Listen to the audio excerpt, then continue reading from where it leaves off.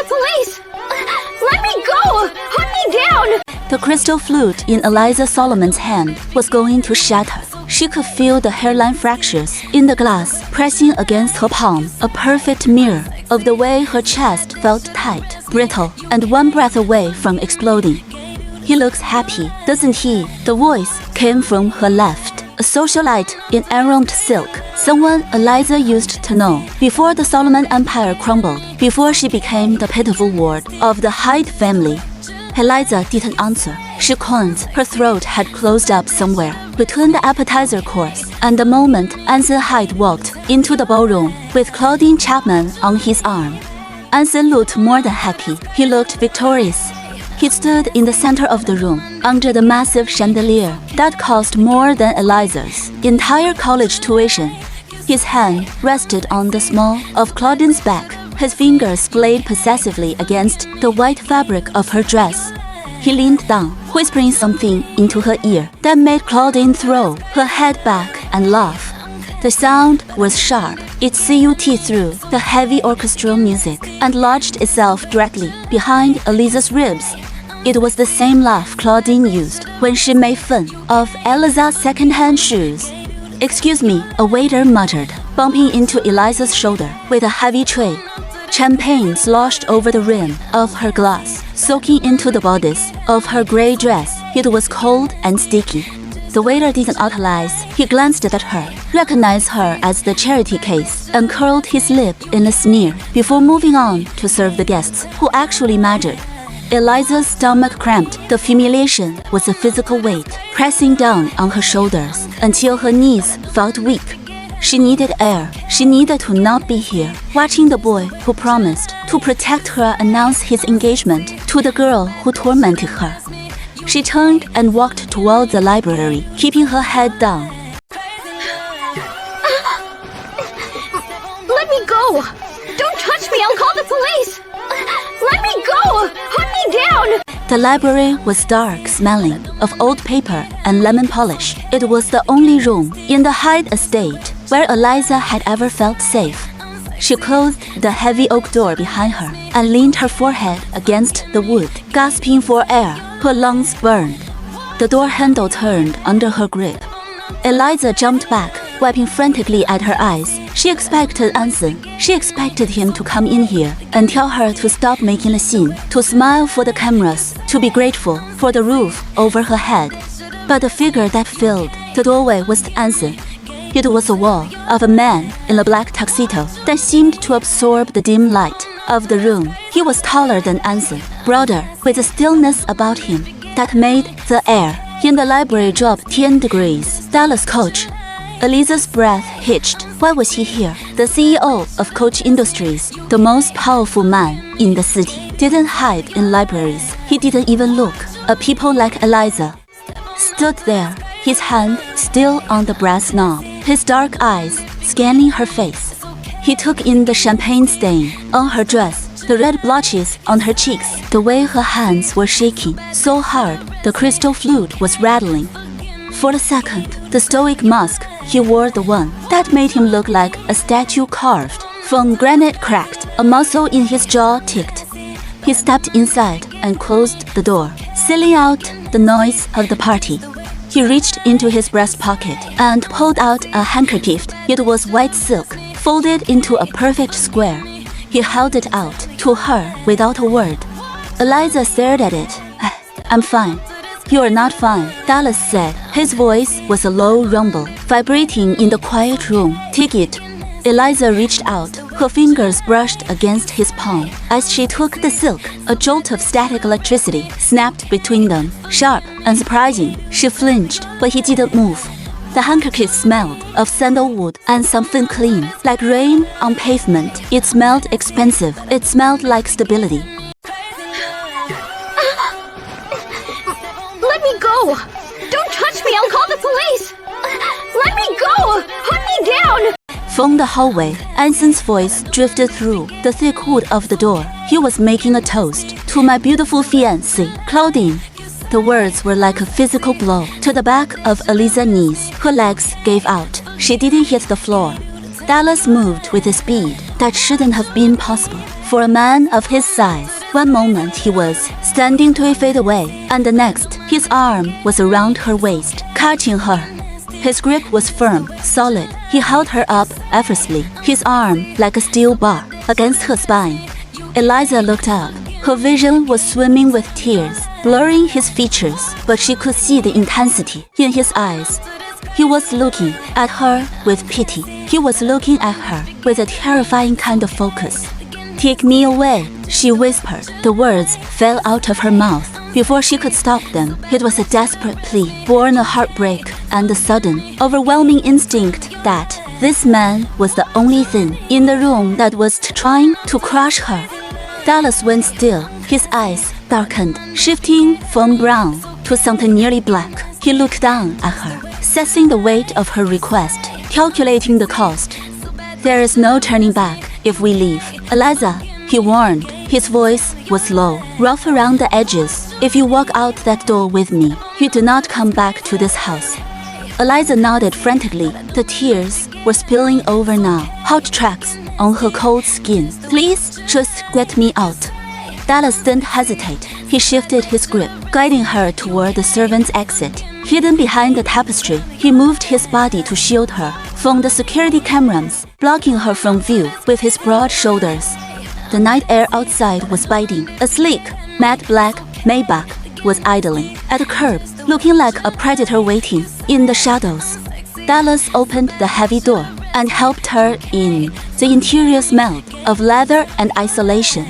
He slammed the door shut, and the silence was absolute. The music, the laughter, Anson's voice, it was all gone. Eliza slumped against the seat. There was a crystal decanter in the center console. She didn't think. She just poured amber liquid into a glass and drank it in one gulp. It burned all the way down to her empty stomach, setting her blood on fire. Dallas got into the driver's seat. He didn't look at her. He gripped the steering wheel so hard his knuckles turned white. "Where are we going?" she asked, her voice slurring slightly as the alcohol hit her system with the force of a truck. "My place," Dallas said. Let me go! Don't touch me, I'll call the police! Let me go! Put me down! The car moved. The city lights blurred into streaks of neon. Eliza felt dizzy, unmoored. The alcohol was mixing with the adrenaline and the grief, creating a toxic cocktail in her brain. She looked at Doll profile. He was Azalea's dad. He was old money. He was power. "I need a shield," she mumbled, the words tumbling out. "I need a wall he can't climb." Dallas glanced at her. In the rearview mirror, his expression was unreadable. They arrived at a building that pierced the skyline. The elevator ride was a blur of motion sickness. When the doors opened into the penthouse, Eliza stumbled. Dallas was there again, staring her. His hands on her arms felt hot through the thin fabric of her dress. She looked up at him in the harsh lighting of the foyer. He didn't look like a savior. He looked dangerous. "Marry me," she blurted out. The silence that followed was deafening. It was the alcohol talking. It was the survival instinct of a wounded animal trying to find the biggest predator in the forest to hide behind. Dallas froze. The air in the penthouse turned electric charged with a tension that made the hair on Eliza's arms stand up. He didn't laugh. He didn't tell her she was drunk. He walked to a wall safe hidden behind a painting. He punched in a code. The beeps loud. In the quiet room, he pulled out a document and a heavy fountain pen. He walked back to her and placed the paper on the marble console table. "Sign," he commanded. His voice was soft, but it carried the weight of a gavel striking a sounding block. Eliza blinked, trying to focus on the paper. The words swam. She saw marriage and agreement. She didn't care about the details. She just wanted Anson to know she was gone. She wanted to burn the bridge so thoroughly she could never cross it again. She grabbed the pen. Her signature was messy, a jagged scrawl across the bottom line. "Done," she whispered. The pen slipped from her fingers and clattered onto the marble. The room tilted sideways. The last thing she felt was Dallas catch her again, lifting her into his arms as the blackness swallowed her whole. What are you doing? Let me go! Don't make me hate you! Let go! The light was aggressive. It sliced through the floor to ceiling windows, hitting Eliza squarely in the face. She groaned, rolling over and reaching blindly for the glass of water that usually sat on her nightstand. Her hand hit nothing but air. She cracked one eye open. The ceiling was too high, the crown molding was too intricate, and the sheets, these were rent her scratchy. Polyester sheets, this was cotton so smooth, it felt like water against her skin. Memory slammed into her like a physical blow. The party, the champagne, Dallas. Eliza sat up so fast, her head spun, the room tilted, her brain throbbing against her skull. In rhythmic, painful beat, she looked down. She was wearing an oversized men's silk pajama top that swallowed her frame. The fabric was impossibly soft against her skin, and it smelled faintly. Sandalwood his scent. Panic, cold and sharp, flooded her chest. She grabbed the massive duvet and pulled it up to her chin, her heart hammering against her ribs like a trapped bird. Her own dress, the cheap gray one, was nowhere to be seen. She scanned the room. It was minimalist, masculine, and expensive. Dark wood, gray accents, no clutter. On the bedside table, a stack of clothes was folded with military precision. Sitting on top of the clothes was a piece of heavy cardstock and a black credit card. Eliza reached out with a trembling hand. The card was heavy metal, not plastic. A centurion card. It was a blank, supplementary card bearing only the platinum insignia of the bank. She dropped it like it was hot coal. She picked up the note. The handwriting was sharp, angular, hydrate. The code is your birthday. D. Flashbacks assaulted her. The car ride, the demand for a shield, the paper on the marble table, sign. She gasped, pressing her hands to her mouth. She had proposed to her best friend's father, and he had said yes. She grabbed her phone from the nightstand. The screen lit up with a barrage of notifications. 52 missed calls from Anson Hyde, 30 texts from Anson Hyde, 12 voicemails. Then, a single text from a number she didn't have saved, but recognized instantly. Lawyers are filing. You're safe. Go to school, Dallas. What are you doing? Let me go! Don't make me hate you! Let go! Eliza stared at her left hand. There was a ring there. It was a simple platinum band, elegant and understated, but it felt heavier than a shackle. She scrambled out of bed, her legs wobbly. She grabbed the clothes, a soft cashmere sweater, dark jeans, fresh underwear. She pulled them on. They fit perfectly. She paused, the sweater halfway over her head. How did I have clothes in her exact size ready? The thought sent a shiver down her spine, but she pushed it away. She couldn't deal with that right now. She needed to leave. She grabbed her bag and the black card, shoving it deep into her pocket, and fled the room. The penthouse was silent. Housekeeper was dusting. In the hallway, a stout woman with gray hair. Good morning, Mrs. Eliza didn't let her finish. She bolted for the elevator, jabbing the button, half expecting it not to work. To her surprise, a green light blinked and the doors slid shut. He had already given her access. Her phone buzzed in her hand. It was Azalea. Library. Now, emergency. Eliza's stomach dropped. Did she know? She hailed a cab outside the building, her hands shaking so bad she could barely open the door. The ride to the university took 20 minutes, but it felt like 20 seconds. She ran through the campus squad, ignoring the stares of students who probably saw the photos of her fleeing the party last night. She found Azalea pacing behind the reference section in the library. Azalea looked manic, her blonde hair messy, phone clutched in her hand. Eliza, Azalea grabbed her arm and dragged her further into the stacks. My dad just transferred a crazy amount of money to my account. Eliza froze. What? Like, buy a small island. Money, Azalea whispered, eyes wide. He said to take you shopping. Why is he spoiling you? Azalea looked suspicious, her eyes narrowed, scanning Eliza's face. Eliza's mouth went dry. I helped him with a project, some translation work. It was a weak lie. Eliza was an art history major, not a translator. Azalea nodded slowly, though a flicker. The doubt crossed her mind. Translation work. For her father, who had an entire in-house team of linguists. He felt thin, but Eliza looked so fragile. Azalea decided not to press. For now. What are you doing? Let me go! Don't make me hate you! Let go!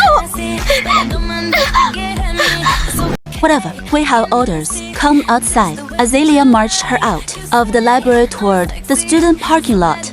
He said, your car is a death trap. Azalea said over her shoulder, which to be fair, it is. To be fair, it is. The brakes sound like dying cats. They reached the lot. A flatbed truck was idling there. On the bed of the truck sat a silver Aston Martin. It gleamed under the sun, looking alien among the dented Civics and Toyotas. The driver hopped out and walked over to Azalea. He handed her a key fob. Azalea tossed it to Eliza. He said, this is the replacement. Eliza caught the keys. The fob was heavy, leather and chrome. She looked at the car. It was worth more than the house she grew up in. I can't take this, Eliza whispered. You have to, Azalea said, crossing her arms. You know how he is. If you send it back, hell, just send two. Students were stopping. Phones were coming out. Whispers rippled through the air. Is that Eliza Solomon? Who bought her that? Eliza's phone buzzed again. Answer, she declined the call, her thumb hitting the red button with aggressive force. She walked to the car and pressed the unlock button. The mirrors unfolded. The lights flashed. Get in, Mrs. Koch, Azalea joked, nudging her ribs. Eliza flinched. The title hit too close to home. She slid into the driver's seat. The smell of new leather enveloped her. It smelled just like the Maybach. It smelled like Dallas. She gripped the steering wheel, her knuckles white. She had signed a contract with the devil, and now she was driving his chariot. What are you doing? Let me go! Don't make me hate you! Let go! The coffee shop on campus was loud, a chaotic mix of espresso machines hissing and students complaining about midterms. Eliza sat in the corner booth, clutching a latte like a lifeline. The caffeine was making her hands shake worse, but she needed it to combat the fog in her brain.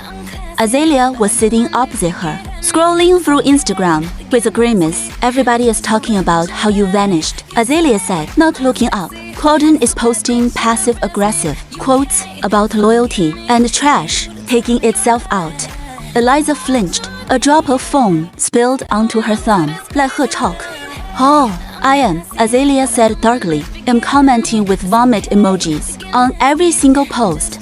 Eliza reached for a napkin to wipe her hand as she moved. The cashmere scarf she was wearing slipped slightly to the side. Azalea gasped. The sound was so loud that two people at the next table turned around. Azalea dropped her phone onto the table with a clatter. Eliza, what is that on your neck? Eliza's hand flew to her throat. She felt the tender spot just below her ear, a dark, purplish bruise against her pale skin.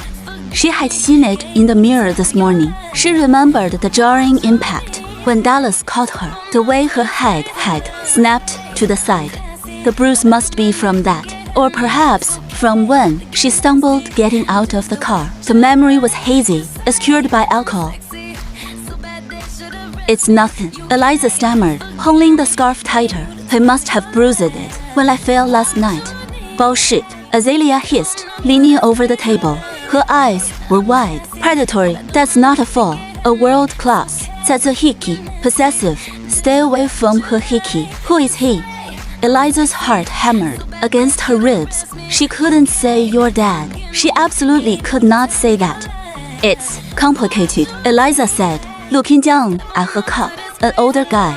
Azalea's eyebrows shot up. Older, like Anson's age. Older, Eliza whispered. Azalea opened her mouth to scream, but her phone cut her off. It began to ring, vibrating violently against the wooden table. The caller ID flashed. The bank. That was her contact name for Dallas. Azalea answered immediately, her posture straightening instinctively. Yes, Daddy.